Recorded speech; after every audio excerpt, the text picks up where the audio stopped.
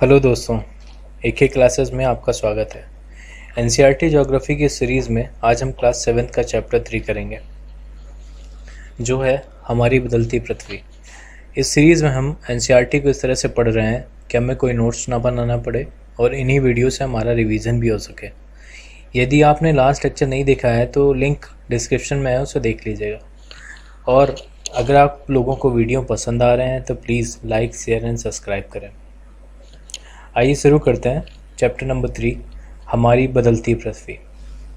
जैसे last class में हमने देखा था कि पृथ्वी जो है एक गतिशील ग्रह है, उसमें अंदर और बाहर लगातार परिवर्तन होते रहते हैं। ठीक है, और ये परिवर्तन होते रहते हैं किसके कारण? जो उसके बल हैं, जैसे अंतर्जात बल और बहिर्जात बल, इनको अंतर्जनित बल भी कहते हैं और बाहिरजनित बल भी कहते हैं। ठीक है, अब ये समझते हैं कि स्थल मंडल क्या होता है।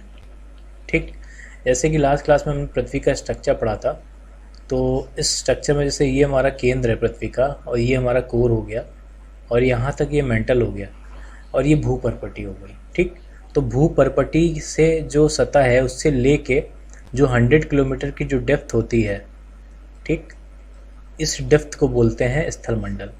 ठीक है, तो ये कितना होगा गहराई तक? 100 किलोमीटर की गहराई तक भूपर्पटी से सतह से होता है। ठीक है, और ये कई प्लेटों में विभाजित होता है। इन प्लेटों को क्या बोलते हैं? इन प्लेटों को बोलते हैं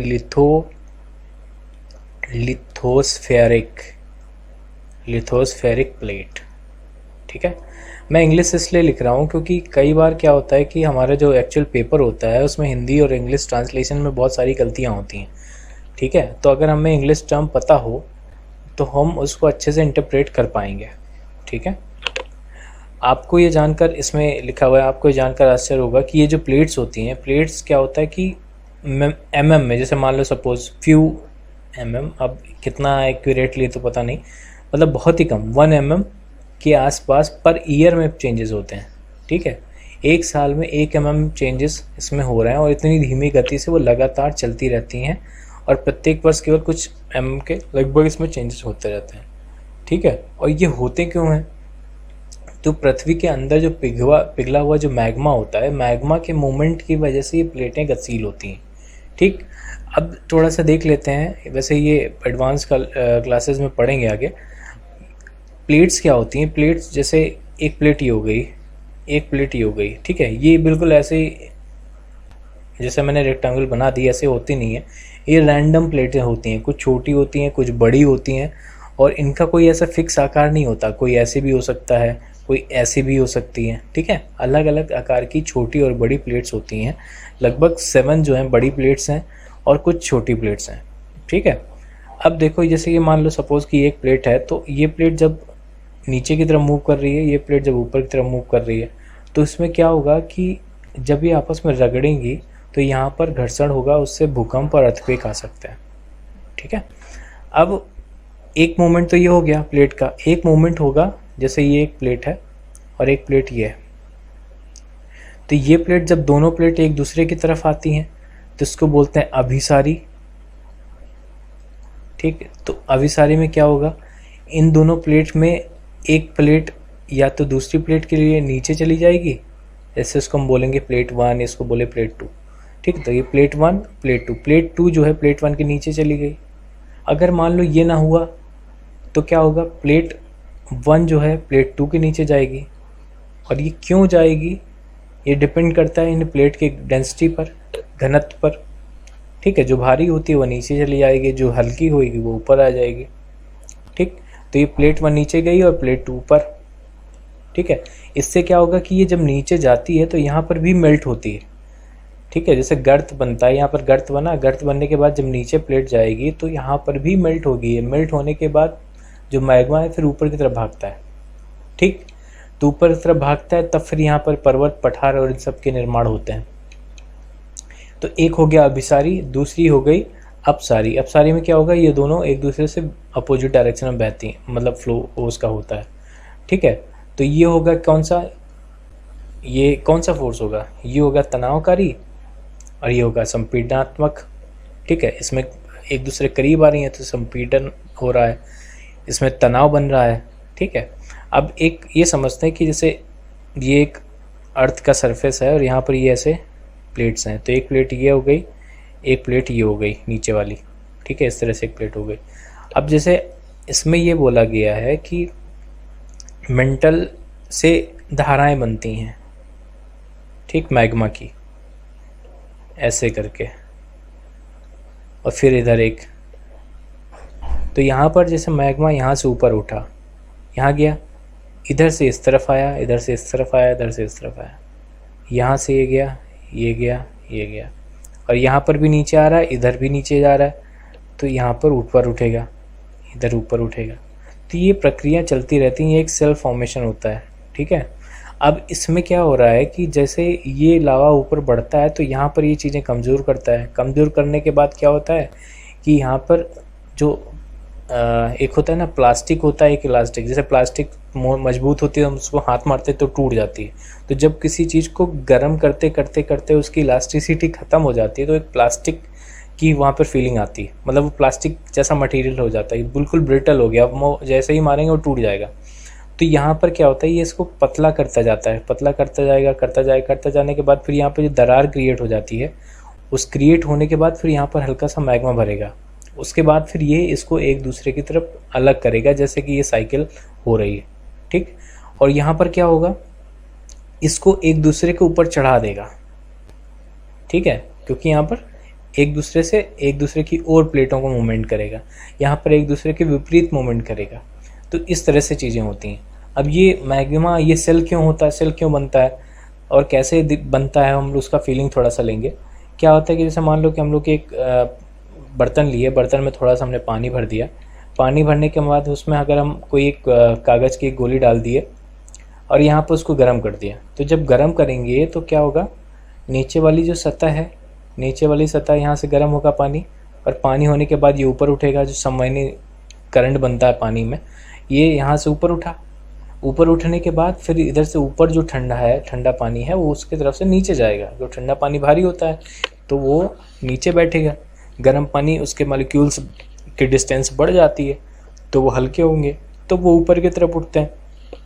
तो वो जैसे ही ऊपर के उठेंगे और ये नीचे की तरफ उठेगा तो इसमें मूवमेंट होता है और ये एक साइकिल सा बनता है ऐसे करके, ठीक है। तो सेम साइकिल हमारा इसमें फॉर्म होता है, ये जो सेल होती है, सेम साइकिल यहाँ पर भी फॉर्मेशन हो रहा है। तो हमें समझ में आ गया कि ये कैसे मूवमेंट होता है मैग्मा का। अब क्या होता है कि जो ये मूवमेंट होते हैं, अंतर जो मूवमेंट होते हैं, ये होते हैं अंतर्जनित बल के कारण, ठीक है। अब अंतर्जनित बल को क्या बोलते हैं, एंडोजेनिक। मैंने लास्ट क्लास में भी बताया था एंडोजेनिक क्या होता है, एंडो, ENDO, ठीक है, ENDO, ठीक है, एंडो और एक्सो। एक्सो का मतलब होता है बाहर, इंडो का मतलब होता है अंदर, ठीक। इसके बीच में आता है जेनिक, GENIC। अब जेनिक होता है उत्पत्ति, ठीक है। तो एंडोजेनिक मतलब अंदर से उत्पत्ति हो रहा है, एक्सोजेनिक मतलब बाहर से उत्पत्ति हो रहा है। तो जब अंदर से उत्पत्ति होगी तो उसको बोलेंगे अंतर्जनित बल, और जब बाहर से उत्पत्ति होगी तो उसको बोलेंगे बाहरजनिक बल, ठीक। तो अंतर्जनिक बल जो अगर देखते हैं, अंतर्जनिक बल होते हैं दो प्रकार के, ठीक है। ये है अंतर्जनिक बल, एंडोजेनिक। ये है, एक होता है सडन फोर्सेस, दूसरा होता है पटल विरूपण बल, जिसको इंग्लिश में बोलेंगे डायस्ट्रॉफिक, DIASTROPHIC, ठीक, डायस्ट्रॉफिक, ठीक। अब भूकंप हमने देखा होगा, बिल्कुल सडनली आता है, ज्वालामुखी भी सडनली आता है, भूकंप, भूस्खलन भी सडनली होता है, ठीक। ये तीनों प्रक्रियाएं जो हैं वो सडन प्रक्रिया होती हैं, सडन बल के कारण होती है, ठीक। अब भूकंप कैसे आएगा, ज्वालामुखी कैसे आएगा, तो जब ये जो मैग्मा का मूवमेंट होता है, मैग्मा के मूवमेंट की वजह से जो अंदर जो भूतापी ऊर्जा है, भूगार्भिक ऊर्जा है, वो निकलने का प्रयास करती है बाहर। तो जब ज्वालामुखी जो है वो क्या होता है, एक वेंट होता है, भू परपटी पर, सतह पर एक वेंट है। अब वहाँ से जब वो एनर्जी अंदर से बाहर निकलती है तो मैग्मा के साथ साथ वो बहुत सारी गैसेस और राख और ये सब कुछ उससे निकलता है बाहर, ठीक है।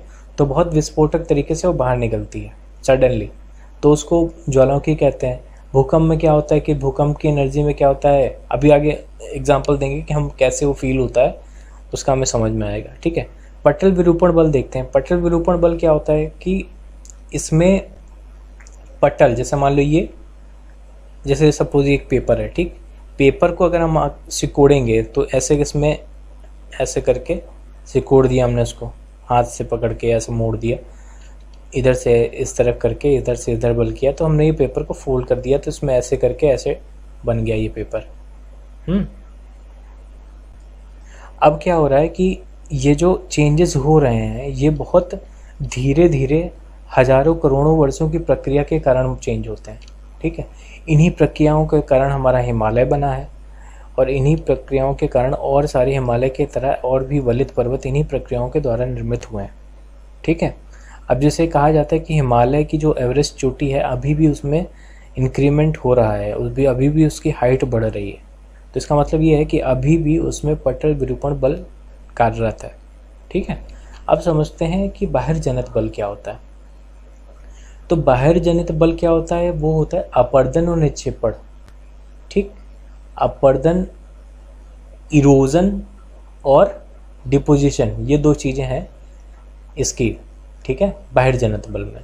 तो ये दो प्रक्रिया बाहर जनित बल में होती हैं, जिनकी वजह से स्थल मंडल में बहुत सारी स्थलाकृतियाँ बनती हैं, ठीक। अब ये कैसे होती हैं, ये होता नदी, बहते जल है, वो क्या कहते हैं मैदान, पहाड़, उन सब से जहाँ से वो निकल के आए उनको काटेगा, अवसाद बनाएगा, और वहाँ से पानी को, जो सेडिमेंट्स होते हैं अवसाद को है, उनको एक जगह से लेकर दूसरी जगह लेके जाएगा। पवन भी ऐसा करती है रेगिस्तान में, समुद्री तरंगों में भी समुद्र के किनारे जो चट्टानें होती हैं उनको काटती है, तोड़ती है, उनसे बनाती है। हिमनद भी अपने नीचे जो मिट्टी होती है, जो पत्थर होते हैं उनको तोड़ते हैं, और उनसे जो अवसाद बनते हैं उनको निक्षेपण करते हैं। तो ये सब बाहर जनित बल के जो एजेंट्स हैं, इनको बोलेंगे एक्टिव एजेंट जो हैं, ठीक है। एक्टिंग एजेंट मतलब यही जो है वो मेन कार्य करते हैं, ठीक है। अब जैसे ये स्थल मंडल का भूपर्पटी में अनेक बड़ी और कुछ छोटी है, जैसे 7 है सबसे बड़ी, और छोटी में 3-4 हैं जो छोटी हैं लेकिन कठोर चट्टानें हैं, असमान आकार की हैं, ठीक है। इनका आकार कोई भी हो सकता है और चेंजेस होते रहते हैं आकार में, ठीक है, क्योंकि एक दूसरे के नीचे अगर सब डक्ट हो गया तो वो वाली प्लेट तो छोटी हो गई, ठीक। तो इस तरह से प्लेटें में चेंजेस होते रहते हैं, और जिन महाद्वीपों, मतलब इन प्लेटों के ऊपर ही महाद्वीप है, ठीक है। जैसे एक प्रशांत महासागर की प्लेट है, इंडियन उपमहाद्वीप जो है, इंडियन उपमहाद्वीप का जो प्लेट है, ठीक है। अफ्रीकन प्लेट्स है, नॉर्थ अमेरिका, साउथ अमेरिका के प्लेट्स है। तो ये सब बड़ी प्लेट्स हैं। छोटी प्लेट्स में जैसे हो गया नजाका प्लेट पड़ती है, ठीक है, और अरेबियन प्लेट पड़ती है, ये भी छोटी प्लेट्स हैं, ठीक। अब देखते हैं ज्वालामुखी क्या है। ज्वालामुखी भूपर्पटी पर एक खुला हुआ एक ऐसा छिद्र होता है जहाँ से पिघला हुआ पदार्थ अचानक से निकलता है, अचानक निकल रहा है, ठीक है। तो ये भी सडनली उसमें आता है, सडन फोर्सेस में आता है। तो ये मेंटल से, भूपर्पटी से यहाँ से निकल रहा है ये लावा, ठीक है, ये लावा यहाँ से निकल रहा है। और ये मतलब देखो, हाँ एक चीज़ और, मैग्मा और लावा जो होता है, मैग्मा एंड लावा, जब भूपर्पटी के अंदर पदार्थ होता है तो उसको मैग्मा बोलते हैं। अब जब वही पदार्थ भूपर्पटी के बाहर आ जाता है तो उसको लावा कहा जाता है वही, ठीक है। इसमें से कुछ चीज़ें जो गैस और राख में बदल गई वो थोड़ा कम हो जाती हैं, बाकी मैग्मा में वो सारी चीज़ें होती हैं, ठीक है। उसमें ठोस, गैसेस और द्रव तीनों चीज़ें होती हैं, ठीक। परसेंटेज भले ही वेरी करते हैं बट तीनों चीज़ें होती हैं उसमें, ठीक। अब यहाँ से ये निकला, अब ये जो ब्लैक और वाइट ये दिख रही हैं, ये मतलब निकलता रहा है शुरू से, अब निकला, फिर ये जैसे यहाँ पे लवा निकल रहा है साइड में, वैसे ही यहाँ पर निकला होगा, और ये बाद में फिर उसके ऊपर एक दोबारा जब उद्गार हुआ तो फिर उसके एक ऊपर परत चढ़ गई, फिर उसके बाद जब दोबारा उद्गार हुआ तो फिर उसको एक परत चढ़ गई। तो इस तरह से ये शेप बन रहा है। तो ये वाला जो होता है इसको बोलते हैं कंपोजिट, ठीक है, इसको बोलते हैं कंपोजिट ज्वालामुखी। इस तरह के बहुत सारे ज्वालामुखी आते हैं, उनके प्रकार हम अगली जो हमारी फर्दर क्लासेस होंगी उनमें पढ़ेंगे। अब ये देखो, यहाँ से विस्फोट हो रहा है, विस्फोट के साथ क्या हो रहा है, गैस भी निकल रही है, राख भी निकल रही है। तो यहाँ पर जब विस्फोट हमारा बंद हो जाता है तो बारिश के कारण यहाँ पे जो पानी आता है उससे यहाँ पे एक झील बन जाती है जिसको बोलते हैं क्रेटर, ठीक है। ये एक झील की संरचना यहाँ पर बन जाती है, ठीक। अब एक हम समझते हैं कि पहले भूकंप होता कैसे है, किस तरह से हम उसको महसूस करते हैं। अब जैसे मान लो कि एक हमने ये टिफ़िन ले लिया, ठीक। इस टिफ़िन में हमने यहाँ तक पानी भर लिया, यहाँ तक हमने पानी भर लिया। पानी भरने के बाद ऊपर हमने इसका ढक्कन पूरी तरह से टाइट कर दिया। ठीक है, अब इस स्टैंड से हम इसको गर्म कर रहे हैं, गर्म कर रहे हैं। तो गर्म करने के बाद हमने यहाँ पर मतलब पहले ऊपर यहाँ पे कुछ मटर की गोलियाँ रख दी और एक चम्मच रख दिया। तो जब ये गर्म होगा तो क्या होगा, यहाँ पर क्या होगा, यहाँ पर स्टीम बनेगी। जब स्टीम बनेगी तो ये इस ढक्कन को, कैप को हिलाएगी, ऐसे उसमें कंपन्स होंगे क्योंकि ये उस पर एक्ट कर रही है, ये बाहर निकलना चाह रही है लेकिन प्रेशर तो क्रिएट हो रहा है, तो उस पर वो फोर्स करेगी, उसको हिलाएगी। तो ये जो कंपन यहाँ पर क्रिएट होगा मटर के दानों पर, इन चम्मच पे भी तो आवाज़ भी होगी, ठीक, क्योंकि वो मेटल है। ठीक है, तो कंपन करेगा तो हमें पूरी वो भूकंप वाली जो फीलिंग आती है वैसी फीलिंग आएगी। तो इसी तरह भूकंप होता है। बस ये है कि यहाँ पर जो ढक्कन है वो हमारी भूपर्पटी का काम करता है और ढक्कन के ऊपर जो बिल्डिंग्स और जो स्ट्रक्चर्स बने होते हैं वो हमें मटर और के दाने और चम्मच की तरह बिहेव करते हैं। ठीक है, और जो अंदर का जो स्टीम है वो हमारी भूकंपी ऊर्जा और अंदर भूगार्भिक ऊर्जा का ही काम करती है। ठीक है, अब भूकंप में क्या होता है कि भूकंप डिफरेंट अलग अलग सतह पे हो सकते हैं, अलग अलग गहराई पे हो सकते हैं। तो ये जैसे हमारी भूपर्पटी हो गई, तो उसके नीचे जहाँ से कंपन स्टार्ट होता है, भूगार्भिक ऊर्जा का जहाँ से स्रोत होता है, जहाँ से वो चीज़ें निकलती हैं, तो उसको बोलते हैं फोकस। ठीक है, इसके बोलेंगे फोकस। ये होता है उद्गम केंद्र। ठीक है, ये होता है उद्गम केंद्र। अब यहाँ से एनर्जी निकल रही है तो ये चारों तरफ जाएगी, इधर भी जाएगी, इधर भी जाएगी, ऐसे करके जाएगी। ठीक है, तो जब ये एनर्जी सबसे पहले पृथ्वी की सतह पर जहाँ पर लंबवत पड़ती है, जो उसका जो सबसे निकट पॉइंट होता है पृथ्वी की सतह पर, ठीक है, उसको बोलते हैं अधिकेंद्र। जैसे यहाँ पर मेंशन है, ये सेंटर हो गया, यहाँ से लंबवत यहाँ पर गई, अब ये होता है अधिकेंद्र। ठीक है, अधिकेंद्र, इसको बोलते हैं क्या, ईपी सेंटर। ठीक, ईपी सेंटर। प्लेट सीमा मैंने बताया, जो 3 सीमाएं होती हैं, समानांतर सीमा, अभिसारी सीमा, अपसारी सीमा, तो वहीं पर उस सीमा पर ही भूकंप होते हैं अधिकतम। ठीक है, और भी कारण है भूकंप के, जो मानव जनित और पर्यावरणिक दोनों कारण होते हैं, लेकिन सामान्यतः क्या होता है कि प्लेट सीमा पर ही भूकंप आते हैं। ठीक है, स्थलमंडलीय प्लेटों के गति करने पर पृथ्वी की सतह पर कंपन होता है। अब ये जो प्लेट्स गति करती हैं उन्हीं की वजह से ही कंपन होता है, और ये कंपन चारों तरफ जाते हैं। इन कंपन को ही भूकंप कहते हैं। ठीक, जहाँ से कंपन आरंभ होता है उसको बोलते हैं उद्गम केंद्र, फोकस, और उद्गम केंद्र के भूसतह पर उसके निकटतम स्थान को अधिकेंद्र कहते हैं। अधिकेंद्र से जो बाहर की तरफ अगर हम जाएंगे तो भूकंप की तीव्रता कम होती जाती है और सर्वाधिक हानि अधिकेंद्र पर होती है, और उससे बाहर की तरफ जो तीव्रता कम हो रही है तो वहाँ पर हानि भी कम होगी। ठीक, अब अधिकेंद्र जो निकटतम पॉइंट है वहाँ पर हम भूकंपी तरंगों का मापन करते हैं। तो हमें जो है बेसिकली 3 तरंगें मिलती हैं। एक जैसे पी वेव्स होती है, दूसरी होती है एस वेव, तीसरी होती है एल वेव। ठीक है, एल वेव। ठीक है, तो ये होगा प्राइमरी तरंगे, दूसरा होगा सेकेंडरी तरंगे, तीसरी होगी, इसको बोलते हैं लव वेव। ठीक है, LOVE, लव वेव। तो जो प्राइमरी तरंगे होती हैं वो अनुदैर्ध्य तरंगे होती हैं। ठीक है, अनुदैर्ध्य और अनुप्रस्थ। ठीक है, अनुदैर्ध्य तरंग में क्या होता है कि जो तरंग की गति होती है, जैसे मान लो ये दिशा है तो इसी दिशा में अणु मूव करते हैं। ठीक है, ऐसे ऐसे करके इनमें मूवमेंट होता है, लेकिन इसी दिशा में जाएंगे ये। अब अनुप्रस्थ में क्या होता है, इसमें क्या होगा कि तरंग के जो कण हैं वो लंबवत मूवमेंट करते हैं, लेकिन डायरेक्शन दूसरा होता है। जैसे ये डायरेक्शन ये है, लेकिन इनके कणों का मूवमेंट ये होगा। ठीक है, अब समझ में आ रहा है। जैसे कि हमारी जो साउंड है, आवाज़ है, वो इस तरह से करके डिनोट की जाती है, ऐसे करके वेव जा रही है, ये जा रही है लेकिन हमारे मूवमेंट्स ऐसे हो रहे हैं। ठीक, एल वेव होता है पृष्ठीय वेव। तो यहाँ पर इस सतह पर जो वेव आएगी ऐसे करके वो होगी एल वेव। ठीक है, नाम से ही लव में जो है सबसे ज़्यादा सर्वाधिक हानिकारक होती है। ठीक है, अब ये जो है सबसे ज़्यादा अगर पृष्ठ को डैमेज करने वाली वेव है तो यही होती है, एल वेव ही सबसे ज़्यादा डैमेज करती है। ठीक है, अब इसके लिए हम लोग 2 क्या कहते हैं, भूकंप को जो उसकी भविष्यवाणी करना है वो तो इतना संभव नहीं है, लेकिन हम लोग पहले से ही तैयार हो सकते हैं कि भूकंप से हम लोग आने पर अपनी सुरक्षा कैसे कर सकें। ठीक है, अब कुछ लोगों ने उनका एक बताया कि स्थानीय लोगों ने बोला कि अगर भूकंप आने वाला है तो उस तरह से हम कैसे पता कर सकते हैं। ठीक है, तो ये उनके जानवरों के व्यवहारों से पता कर सकते हैं, क्योंकि जानवरों को पहले आभास हो जाता है कि भूकंप आने वाला है। ठीक है, तालाब में मछलियों की उत्तेजना जो होती है, उनका जो मूवमेंट है वो सब पता कर जा सकते हैं हम उससे, कि उससे उनको मालूम चल जाता है कि भूकंप आने वाला है। ठीक है, सांपों का धरातल पर आ जाना, सांप अपने बिल से ऊपर आ जाते हैं अपने जीवन को बचाने के लिए। ठीक, इस तरह से। अब एक एग्जांपल यहाँ पर दिया हुआ है कि भूकंप जो हमारा भुज में आया था गुजरात में, उसमें क्या क्या नुकसान हुए थे। अब ये देखो, रिक्टर स्केल में उसकी तीव्रता 6.9 नापी गई। तब समझेंगे रिक्टर स्केल क्या होता है। अब इसमें क्या हो रहा था कि इतने 971 छात्र जो हैं और इतने 31 शिक्षक, इनकी डेथ हो गई थी।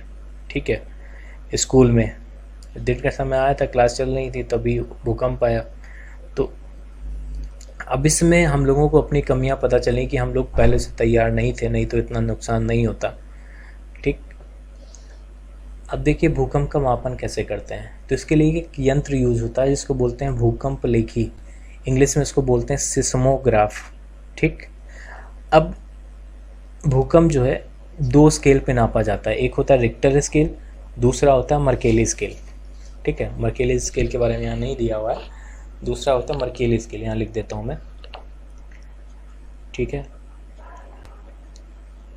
Mercalli scale. ठीक, तो रेक्टल स्केल जो होता है ये 1 से लेके 12 तक इसका रेटिंग होता है, और ये लॉगरिथमिक जो सिस्टम होता है उसमें काम किया जाता है। तो मतलब अगर 1 का रेट 5 है, इसका वैल्यू 5 आ रहा है, तो ये जो 4 की वैल्यू वाला है इससे ये करीब करीब 10 गुना है तेज। ठीक है, जैसे 1 है, 1 से 2 वाला, जो 2 वाला है इसका कम से कम 10 गुना होगा। ठीक है, 1 से 2 वाला करीब करीब 10 गुना तेज होगा, और 3 से 4 वाला 10 गुना तेज होगा, 4 से 5 वाला उससे 10 गुना तेज होगा, ऐसे होता है। ठीक है, अब इसमें कहा रहा है कि जो तीव्रता 2 से कम होती है वो ज़्यादातर प्रभाव नहीं डाल पाती है, बिल्कुल हल्का सा एहसास होता है उसका। और जो तीव्रता 5 के आसपास होती है उसमें वस्तुएं गिर सकती हैं, इनसे थोड़ा बहुत क्षति हो सकती है।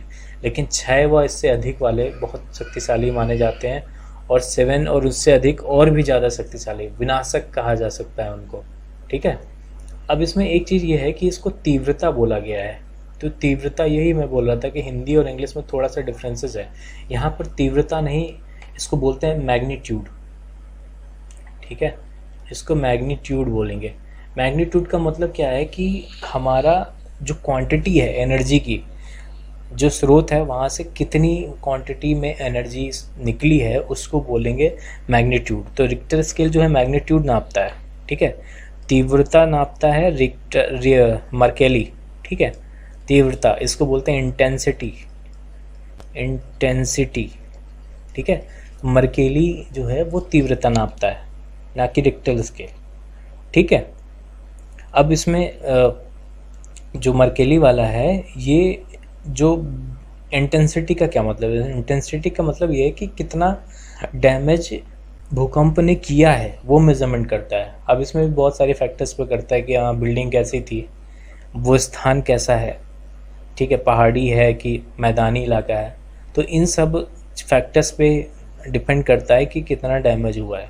तो मर्केली स्केल जो है वो डैमेज पे फोकस करता है, और ये फोकस करेगा कि कितनी एनर्जी निकलती है उस पर टोटल। ठीक है, अब देखिए बचाव की हम तैयारी कैसे करते हैं, ये इस पर दिया हुआ है कि सुरक्षित स्थान कौन कौन से होने चाहिए, भूकंप अगर आया तो वहाँ पे क्या आश्रय लेना चाहिए। तो रसोई के जो काउंटर है मेज के नीचे या दीवार के अंदरूनी कोने पे, वहाँ पर हम लोग छुप सकते हैं। ठीक है, इनसे अब दूर किससे रहना ये भी ध्यान देना है कि आग वाले स्थान से दूर रहो कि पता लगा वही पलट के ऊपर आ गई भूकंप के समय में। ठीक, चिमनी के आसपास नहीं, क्योंकि टूट सकने वाली खिड़कियाँ जो हैं वो टूट कर पता लगा शीशा आपको ही लग गया। ठीक, दर्पण, तस्वीर फ्रेम, ये सब इन चीज़ों से दूर रहना है, क्योंकि वो टूटकर कभी भी आपको लग सकती हैं। पहले से तैयार रहना है। ठीक, जागरूकता फैलानी है कि भाई अगर भूकंप आ गया तो हमें कौन कौन से एक्शंस लेने हैं और उनके लिए हमें तैयार रहना है। तो हमें इन चीज़ों से फैमिलियर रहना है कि कौन सी जगह हम छुप सकते हैं और हमारे कितने आसपास है, कितनी दूर है। ठीक है, अब समझते हैं कि मुख्य स्थलाकृतियाँ कौन कौन सी होती हैं जो हमारी पृथ्वी पर परिवर्तन के बाद बनती हैं। ठीक है, अपक्षय और अपर्दन ये दो प्रक्रम हैं जो दृश्य भूमि को लगातार विकसित होती रहती हैं।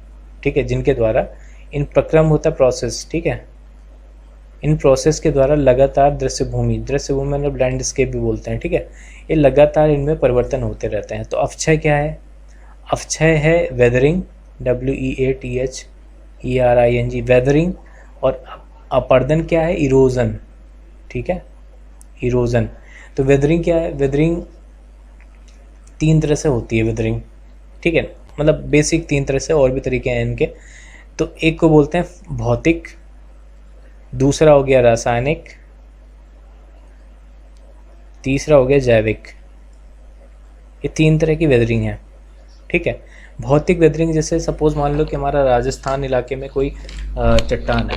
ठीक है, तो राजस्थान इलाके में अगर हमारी चट्टान है तो वो क्या होगा, रात में बहुत ठंडी हो जाएगी और दिन में बहुत गर्म हो जाएगी। तो ठंडे और गर्म होने की वजह से तापमान का प्रभाव उसके जो उसके मॉलिक्यूल्स हैं उसके उनमें सिकुड़न और फैलाव। ठीक है, सिकुड़न और फैलाव लगातार होगा और बहुत ही फ्रीक्वेंट होगा, क्योंकि वो दिन में और रात में ही इतना चेंजेस आ जाते हैं।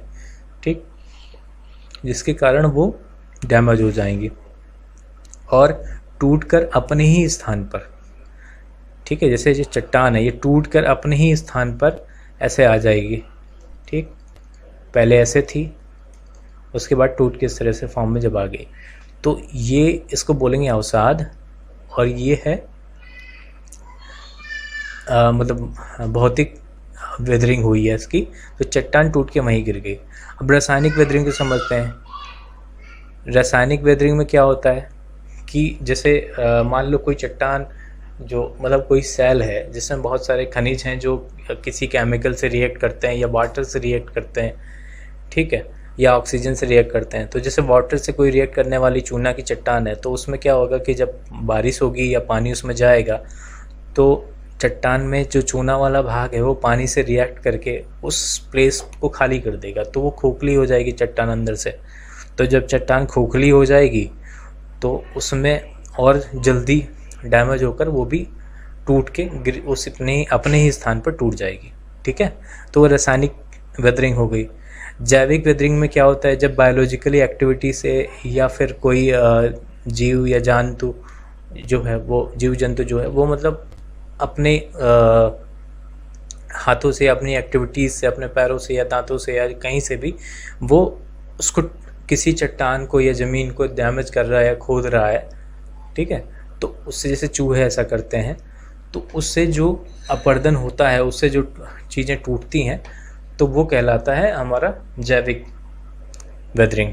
ठीक है, अपर्दन बेसिकली जो है चीज़ें टूटती हैं, कटती हैं, इरोड होती हैं। अपर्दन में क्या होता है, अपर्दन में एक जगह से दूसरी जगह विस्थापन भी बनता है। ठीक है, तो अपर्दन क्या होता है कि अवसाद प्लस उसका विस्थापन, ये दोनों चीज़ें अपर्दन में शामिल होती हैं। जबकि अपक्षय में क्या होता है कि टूट के वहीं पर अपने ही स्थान पर अगर टूट जा रहा है तो उसको बोलते हैं अपक्षय। जब उसमें विस्थापन शामिल हो जाता है तो उसको बोलते हैं अपर्दन की प्रक्रिया। ठीक, अब यही अवसाद जब कहीं डिपॉजिट हो जाएगा, ठीक, एक जगह से दूसरी जगह जा रहा है तो अपर्दन, और कहीं पे डिपॉजिट हो गया तो उसको बोलेंगे निक्षेपण। ठीक है, डिपोजिशन। अपर्दन इरोजन, कहीं से कट के कहीं दूसरी जगह जा रहा है। ठीक है, अब पृथ्वी की सतह पर सेल के टूटने से अपक्षय की प्रक्रिया होती है। भूदृश्य पे देखो, ये जल, हिम और जल, पवन और हिम, ये अपक्षय को अपर्दन करते हैं। ठीक है, अब इससे ये इनको बोलते हैं एक्टिव रेजेंट या एजेंट। ठीक है, एक्टिव एजेंट। तो ये एक्टिव एजेंट है, जल, पवन, हिम और समुद्री तरंगे आदि, ये जो हैं ये एक्टिव एजेंट हैं जो अपरदन की प्रक्रिया को पूरा करते हैं, एक स्थान से दूसरे अपरदित पदार्थ को एक स्थान से दूसरे स्थान तक लेकर जाते हैं। ठीक है, इसके फलस्वरूप एक स्थान से दूसरे स्थान पर ये निक्षेपित करते हैं। ठीक है, तो अपरदन और निक्षेपण ये जो प्रक्रम है यही धरातल पर विभिन्न स्थलाकृतियों का निर्माण करते हैं। ठीक है, इनके बिना स्थलाकृतियों का निर्माण करना संभव नहीं है। यही दो प्रक्रियाएं हैं जिनसे निर्माण होते हैं। ठीक है, अब नदी कैसे स्थलाकृतियों का निर्माण करती हैं वो देखते हैं। नदी के जल से जो लैंडस्केप है उसका अपरदन, जो उसका नीचे है भूमि है, दृश्य भूमि है, उसका अपरदन हो रहा है। तो नदी जब किसी खड़े ढाल, अब जैसे यहाँ पे ये नदी आ रही है तो ये खड़े ढाल से जब नीचे गिर रही है तो क्या होगा कि जो कठोर पत्थर है, जैसे मान लो ये कठोर पत्थर है तो, और नीचे वाला जो पत्थर है वो कोमल है, तो जो कोमल पत्थर है उसका कटाव ज़्यादा होगा, कठोर पत्थर का कटाव कम होगा। तो उससे क्या होगा कि यहाँ पर ये जो पत्थर है निकले ऐसे रहते हैं। अब नीचे जाके देखो ऐसे करके गड्ढा बना रही है, तो यहाँ पर पत्थरों का कटाव इस पानी ने किया हुआ है। ठीक है, तो इसी तरह बहते बहते बहते बहते क्या है, नीचे की चट्टानें कट जाती हैं। अब चट्टानें कट जाएंगी तो वहाँ पर उसका कटाव हो जाएगा। ठीक है, तो कटाव अगर हो गया तो क्या होगा, वहाँ पर गहराई बन जाती है। तो जब गहराई और घाटी बन जाएगी तो घाटी में जैसे नीचे गिरेगा तो उसको बोलेंगे जलप्रपात। तो ये जो है ये नदी के बहते बहते क्रम के हिसाब से ये कटी हुई है। ठीक है, जहाँ पर उसको कठोर चट्टान मिली तो कठोर चट्टान को कटने में कम टाइम लगा, जो मृदुल चट्टान है वो जल्दी कट गई। ठीक है, तो वो बहते हुए ही अपने नीचे तल को काटती जाती है। इस तरह से बहुत सारे विश्व में छोटे छोटे जलप्रपात पाए जाते हैं। जैसे कि सबसे ऊंचा अगर जलप्रपात की बात करें तो दक्षिण अमेरिका में ये पड़ता है वेनेजुएला का एंजल प्रपात। ठीक है, अन्य जलप्रपात के बारे में करें तो उत्तरी अमेरिका में एक पड़ता है कनाडा, उत्तरी अमेरिका में कनाडा तथा संयुक्त राज्य अमेरिका जो है कनाडा और उसकी जो सीमा पड़ती है यूएसए की,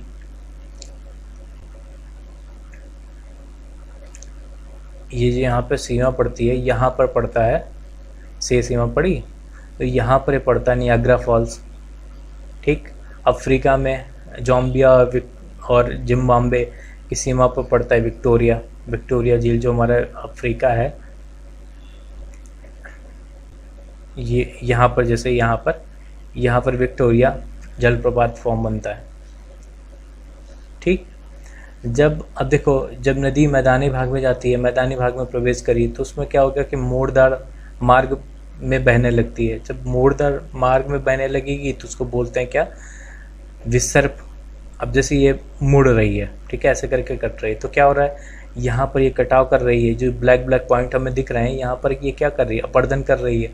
और ये जो ये वाला पॉइंट है यहाँ पर ब्राउन कलर में जो दिख रहा है हमको, यहाँ पर ये डिपोजिशन कर रही है। ठीक है, तो यहाँ से कट रहा है और यहाँ पर ऐड हो रहा है, यहाँ से कट रहा है, यहाँ से ऐड हो रहा है। ठीक, तो जब ये ऐड हो जा रहा है तो यहाँ पर अभी देखो जैसे मान लो कि ऐड होते होते ही इसने नदी ने मार्ग बदल दिया तो ये पीछे पूरा रह गया। तो यहाँ पर एक झील सी बन जाती है जिसको ऑक्सबो लेक भी बोलते हैं, चाप झील भी कहते हैं। ऑक्सबो नाम पड़ा है क्योंकि गाय का जो गोखुर होता है उसका शेप ऐसा ही होता है। ठीक है, उस वजह से उसका नाम पड़ा है। ठीक है, ऑक्स बैल को कहते हैं, तो बैल का जो गोखुर होता है, पैर होता है, उस पर इस तरह से शेप बनता है, इस वजह से उसको ऑक्सबो लेक कहा जाता है। ठीक है, विसर्प लूप के सिर निकट आते हैं। ठीक है, अब विसर्प लूप के सिर निकट आते आते फिर ये ब्रेक हो गए, बाहर अलग हो जाते हैं। तो जब बाहर अलग हो जाएंगे तो एक अलग झील बन जाएगी। ठीक, अब फलस्वरूप निकटवर्ती, अब जैसे मान लो कि इस पे बाद नदी में बाढ़ आ गई, तो बाढ़ आ गई क्या होगा कि यहाँ पर जो नदी अपने अवसाद लेके आई है वो इन इलाकों में, ये जो ग्रीन कलर का इलाका दिख रहा है यहाँ पर, वो अपने जो महीन उसकी मिट्टी और अन्य पदार्थ होते हैं उनको निक्षेपित कर देती है। तो जब निक्षेपित कर देगी तो ये जो मैदान फॉर्मेशन होता है तो उनको बोलते हैं बाढ़ के मैदान। ठीक है, बाढ़ग्रस्त मैदान, तो ये बहुत ज़्यादा उपजाऊ होते हैं। ठीक, अब इसमें जो नदी के किनारे वो होता है जैसे ऐसे पे दिखाया जाता है, तो यहाँ पर जैसे मान लो ये नदी बह रही है तो ये जो दोनों किनारे होते हैं इनको बोलते हैं तटबंध। ठीक, तटबंध। ठीक है, नदी के जो उठे हुए तटबंध होते हैं, उठे तटों, उनको तटबंध कहते हैं। समुद्र तक जैसे नदी जाती है, तो समुद्र तक जब नदी पहुंचती है तो क्या होगा कि उसकी जो प्रवाह होता है वो बहुत धीरे होता जाता है। तो जितना ज़्यादा धीरे होता जाएगा वो अनेक अनेक धाराओं में विभाजित हो जाती है। जैसे कि ये एक धारा हो गई, ये एक धारा हो गई, ये एक धारा हो गई, ये अलग अलग धाराओं में विभाजित हो जाती है। तो इन धाराओं को क्या बोलते हैं? वितरिका। ठीक है, वितरिका, या इसको बोलते हैं डिस्ट्रीब्यूटरी। ठीक है, तो वितरण से नाम आया वितरिका।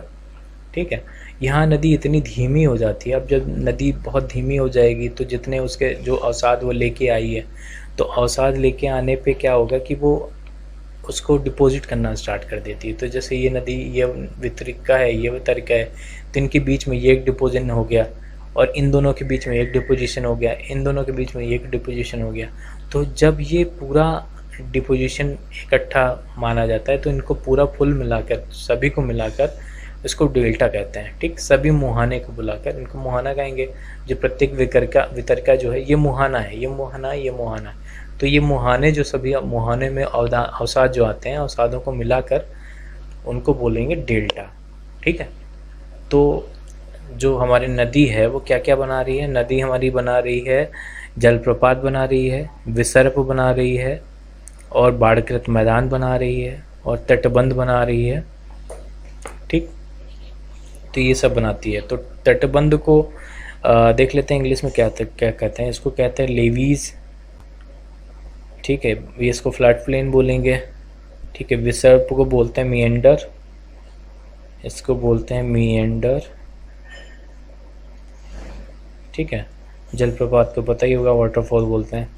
ठीक, अब समुद्री तरंग के बारे में देखते हैं। समुद्री तरंग ये कैसे कार्य करती है? समुद्री तरंग के अपर्दन और निक्षेपण से तटीय स्थलाकृतियाँ बनती हैं। समुद्री तरंगें लगातार सैलों से टकराती हैं, जिनके, अब देखो, जैसे ये एक, यहाँ पर एक, मान लो ये एक सैल है। ठीक है, यहाँ से वेव आई तो टकराई, फिर आई यहाँ से, फिर ये टकराई, तो ऐसे दरार करने के बाद फिर ये और डैमेज हुई, इस तरह से बनी, फिर और डैमेज हुआ तो ऐसे बना।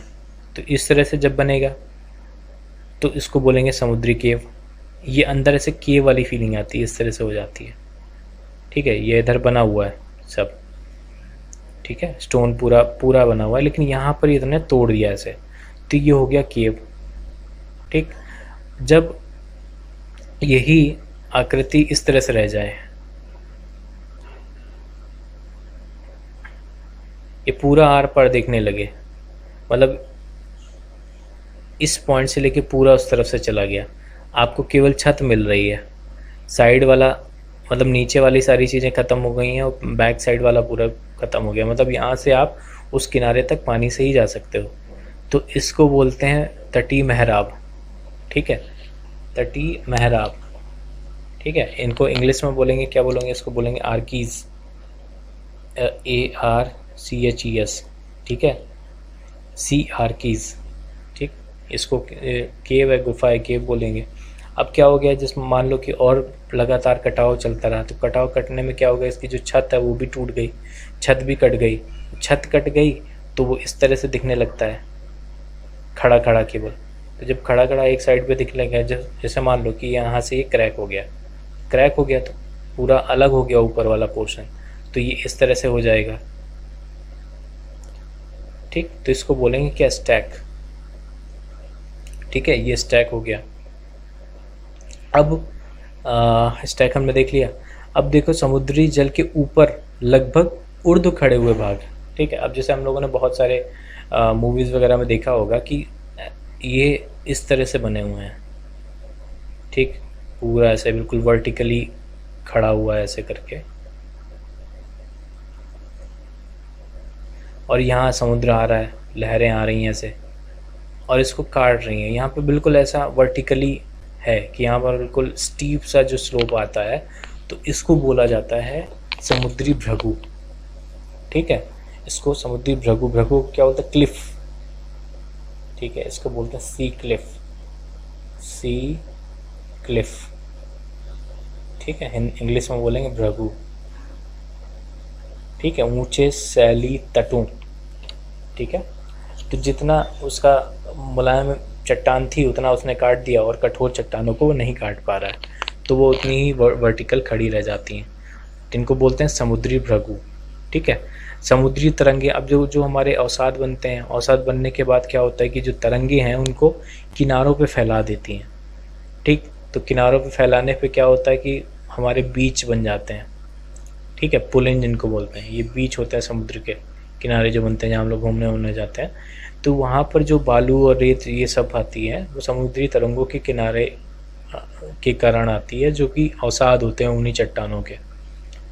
ठीक, तो अब हमने ये समझा कि समुद्री जो स्थलाकृतियाँ हैं वो कौन कौन सी हैं। सो समुद्री स्थलाकृतियों में क्या है, एक हमारा हो गया सी केव, दूसरा हो गया सी आर्कीज तटीय मेहराब, और उसके बाद हो गया स्टैक, फिर हो गया सी क्लिफ समुद्री भृगु, और फिर बीच पुलिन। ठीक है, अब हिमनद को समझते हैं। हिमनद क्या करता है, हिमनद और हिमानी। ठीक है, हिमनद अथवा हिमानी ये बर्फ़ की नदियाँ होती हैं। ठीक है, इसको बोलते हैं रिवर ऑफ आइस। ठीक, हिमनद अपने नीचे कठोर चट्टानों और गोलास्मी मिट्टी तथा पत्थरों को अपर्दित कर देती है। ठीक है, इसमें एक टर्म आता है इसको बोलते हैं बुलडोजिंग। ठीक है, बुलडोजिंग। ठीक है, जैसे बुलडोज़र हमने सुना है ना, तो बुलडोज़र क्या करता है, बुलडोज़र का शेप ऐसे रहता है, नहीं ऐसे करके, तो यहीं पे वो सारी चीज़ें ऐसे करके उठा लेता है मशीन से। ठीक है, तो वैसे ही जो हमारे ग्लेशियर्स होते हैं, जैसे मान लो ये ग्लेशियर है, तो ये जब फ्लो करेगा, मतलब सपोज इधर से ग्लेशियर बह रहा है उस तरफ, तो ये नीचे के जो अब्रेशंस हैं ये सब काट काट के ऐसे करके इकट्ठा हो जाते हैं आगे। ठीक है, ऐसे करके इकट्ठा हो जाएंगे, तो इस प्रक्रिया को बोलते हैं बुलडोजिंग। ठीक है, तो ये बुलडोजिंग करता है। बुलडोजिंग सॉइल मतलब मिट्टी को बुलडोज कर रहा है, मतलब मिट्टी को वहाँ से हटा देता है और नीचे जो पत्थर हैं उनको हटा देगा। तो पत्थर को हटाने के बाद क्या होता है, यहाँ पे नीचे ऐसे गड्ढे बन जाते हैं। ठीक, तो इन गड्ढों में क्या होगा, जब गर्मी आएगी और यहाँ पे बर्फ़ पिघलेगी तो यहाँ पर एक झील बन जाती है। ठीक, तो सुंदर झील ये बनाते हैं, और इनके जो हिमनद से जो पदार्थ, छोटे छोटे सैल और रेत और तलछट जो मिट्टी में निक्षेपित हो जाते हैं, उनको हम बोलते हैं हिमोड़, हिमनद हिमोड़।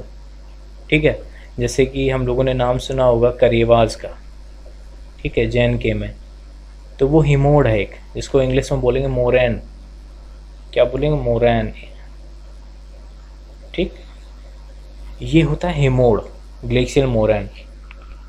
ठीक है, यहाँ पर ये केसर का उत्पादन होता है JNK में। ठीक, अभी समझते हैं कि पवन कैसे कैसे स्थलाकृतियाँ बनाती है। तो क्या होता है कि बालू जो उड़ती है पवन में, रेत बनती है ना रेगिस्तान में, तो रेगिस्तान में क्या होता है कि पवन अपर्दन या निक्षेपण का मुख्य कारक है, मतलब यहाँ पर पवन जो है वो एक्टिव एजेंट है। ठीक, तो रेत में आप लोग इस तरह के सैल देखे होंगे। ठीक, अब यहाँ की जो चट्टानें हैं वो कठोर हैं,